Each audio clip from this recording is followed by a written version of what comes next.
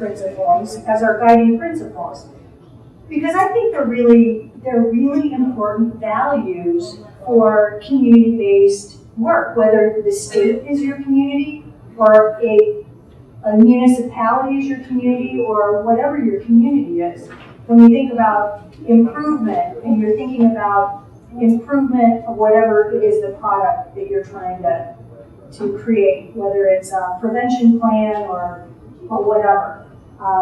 Community ownership, inclusion, and for us, the most important values, I think, that resonated with the domestic violence community, and I'd have to ask Debra which ones resonate most for the sexual violence community, are social justice, accountability. And when we first heard that, we were thinking in terms of accountability of perpetrators. You know, like we need to hold perpetrators accountable for perpetrating. But it's really being accountable for your program and making sure you're being accountable for meeting its intended outcomes. Community ownership and democratic participation, those really resonate for the domestic violence community. How about for you?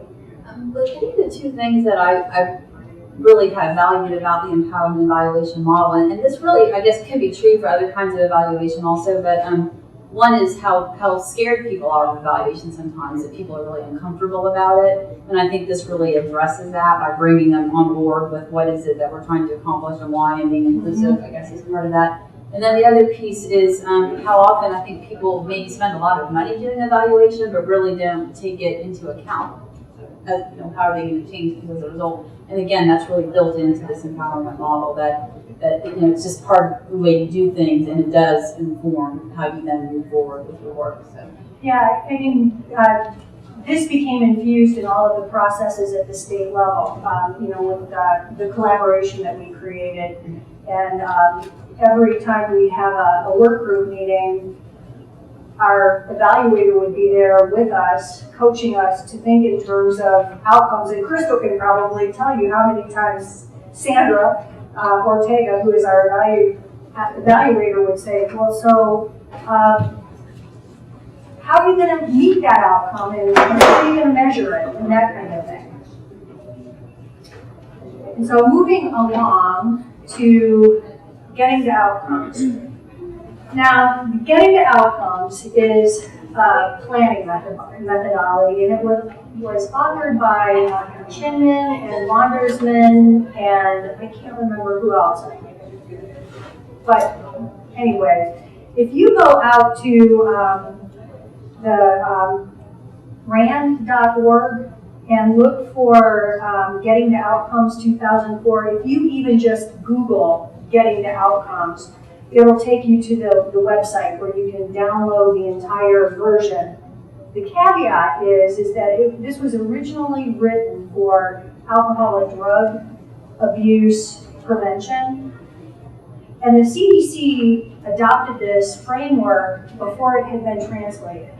And while they were in the midst of translating this model for sexual and intimate partner violence, they asked us to adopt it for our planning purposes. So we were planning, and they were providing us these steps. And do you remember? I mean, it's crazy, right? Trying to do this work and waiting for guidance, or thinking we were on the right track, and then finding out, oops, we weren't, and all that kind of stuff.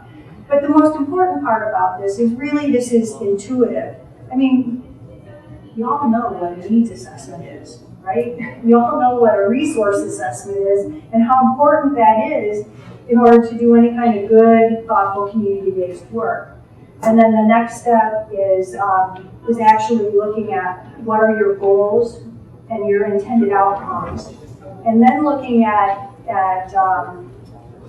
evidence-based best practices and so you take your needs assessment findings and you begin to match up. Well, so what are those community needs that need to be met? What is the evidence for doing whatever we want to do in our community to prevent whatever it is we're trying to prevent? And FIT really is about the cultural context. So you really want to make sure that as you're looking at strategies, you're also taking into account the culture or the climate, all the contextual aspects in a community. You want to look at, and step 5 is capacity. So if you have no capacity at your organizational level to implement whatever it is you want to implement, what's the point, right? And so you need to take that into consideration as you're planning your strategies. And then you go into a planning process and you create an implementation plan with process evaluation and outcome evaluation with a quality improvement plan attached to that. And if you do all these things, in theory, you will have embedded your work so well in a community that it will be self-sustaining. We're in the middle of this. At this point, we're at step 6. We're starting to move towards step 7 through 10. And we'll let you know how well the sustainability thing happens, because I'm hopeful that it will. But we'll see. We'll see. How long does it take for you to determine if it's sustainable?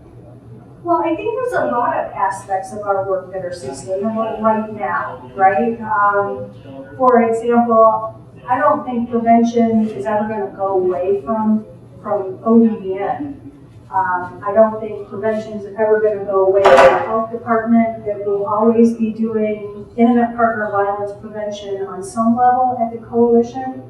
But when you drop that down into the consortium and the coalition efforts, I think about the change that has occurred even at the coalition level and the conversations we have now. I remember early on in our coalition building efforts, people would come to the meetings and we'd have long discussions about prevention or intervention, and we don't have those discussions anymore because people seem to understand prevention differently.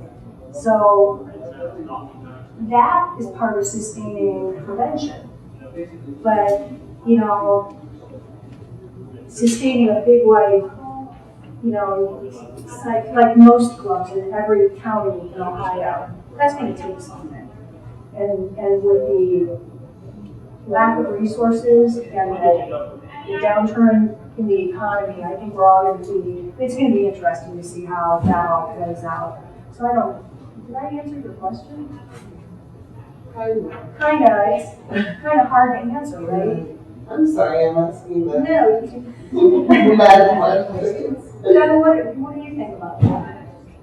I think that, we're still waiting to see. I mean, I think, and certainly the capacity, the training, the education that we're doing of, both ourselves and our local programs and the communities. I mean, that, like Rebecca said, that's permanent. But as far as the activities and, hopefully the policies, once you get a policy in place, that's usually pretty sustainable. I think about the community of practice that exists in Ohio today that didn't exist when I came on staff at ODVN in 2005.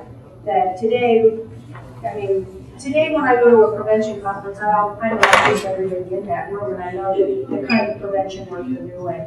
And there were 85 people in a room this week that are thoughtfully working on prevention in Ohio. That wasn't happening 6 years ago. That's kind of cool.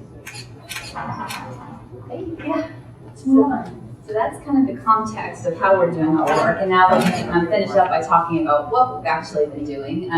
We are very thrilled to have just created, as Chrystal said, a document, Pathways in Prevention, a Roadmap for Change, which is a plan for the next 5 years to create change with regards to sexual and intimate partner violence in Ohio. We spent the last 2 years working on it, and it's intended to cover about the next 5 years. It might take longer depending on resources and how things go, but basically what happened was, as we kind of alluded to already a couple of years ago, the Center for Disease Control, which funds both of our agencies to support local prevention work, asked us to work on state prevention plans. In a lot of states, those weren't done jointly, but in Ohio we were successful in working together to write one plan that is much easier